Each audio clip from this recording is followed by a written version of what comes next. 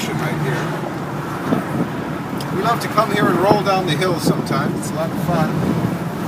If any of you watched the TV show MASH about the Korean War, MASH was taking these hills behind Pepperdine. So those are the MASH hills. That was South Korea in MASH.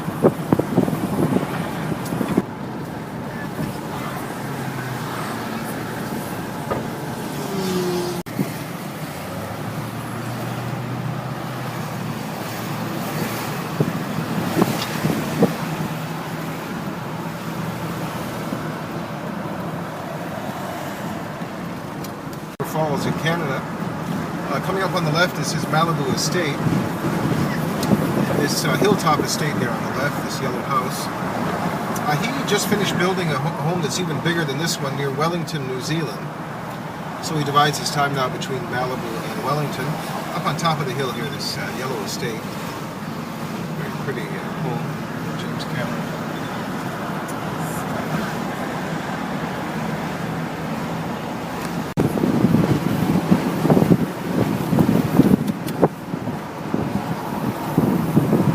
As you saw down on the beach, the homes are right next to each other here. You really have to like your neighbors here in Malibu. On the right, it's close together, the homes are here.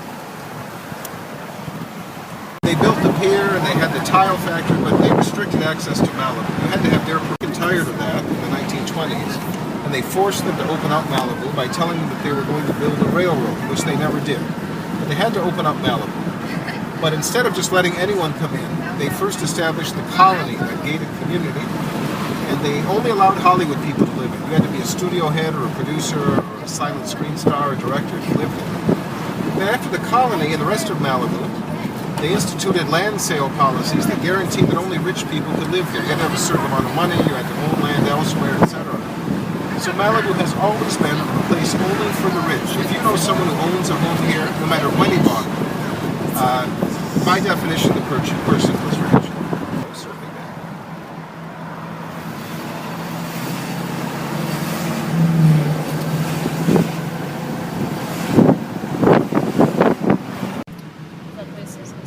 Now on the right, that lump of land right there, the big lump of land on the right is Palos Verdes Estates, also called Rancho Palos Verdes. That is a self-contained, very wealthy community. I say self-contained because pretty much the only thing on the peninsula itself is home. So unless you live there, there's really no reason to go there. On the other side of the peninsula, you go there if you want to go whale watching. That's where the boats leave to go whale watching from in this area. But it's a very wealthy area. Like Donald Trump has a golf course there. He used to have a $12 million home there in Palos Verdes. As I said, unless you live there, there's really no reason to go there. There's not much to do. Straight ahead, there's the Villa de Leon, that beautiful yellow house. I told you it was on sale for $15 million right now. I think they're going to have trouble selling it. We'll see what you think. There are some significant defects in the house, even though it is a very nice home. 33 rooms of all kinds inside the home. Very big house. But coming up on the left in the shaded part on the bottom, you can see there's a crack in the foundation there that was caused by an earthquake years ago. Look closely, you see that big crack. They largely patched it up. I guess it looks all right, but what they're going to have trouble patching up is on the left here. As we drive by the front, you can see part of its... you might want to live on top of this hill here. An interesting way to build a home in earthquake country. I've taken around groups of insurance adjusters. In fact, I take one around almost every month, and they all tell me that those homes cannot get earthquake insurance. They're not eligible for earthquake insurance. If you've heard of the drink, the hot toddy, it was originally served in this white building here. It used to be an inn that was owned by the silent screen star Thelma Todd, and one day her workers were very fond of her, and they made a drink, and they named it the hot toddy in her honor.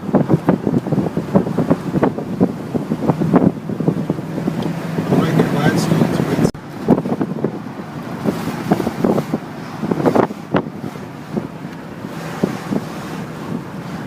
Here's the other trailer park I was telling you about on the left here, Malibu Village, kind of a cute place to live.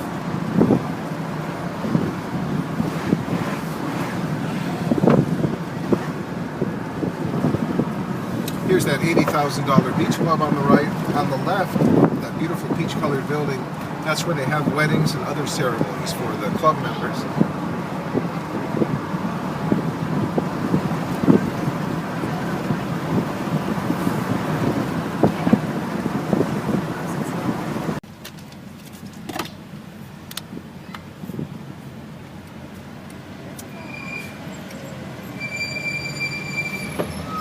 Robert Downey Jr. and Stevie Nicks had condos.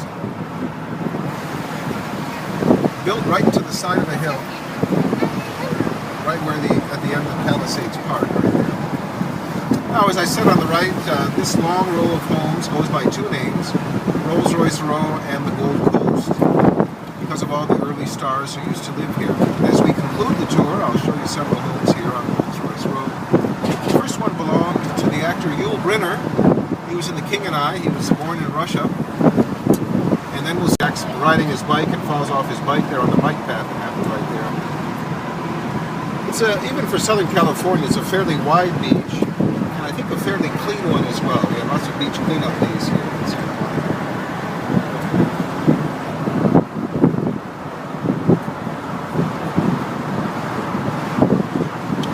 You've seen this. You probably saw the Cirque du Soleil tent setting up here in the parking lot. Santa Monica was the first place that Cirque du Soleil ever performed outside of Canada. Here in Santa Monica, on the right here. There's the Cirque du Soleil, there's these tents. As far as the pier goes, it was dedicated on 9/9/19.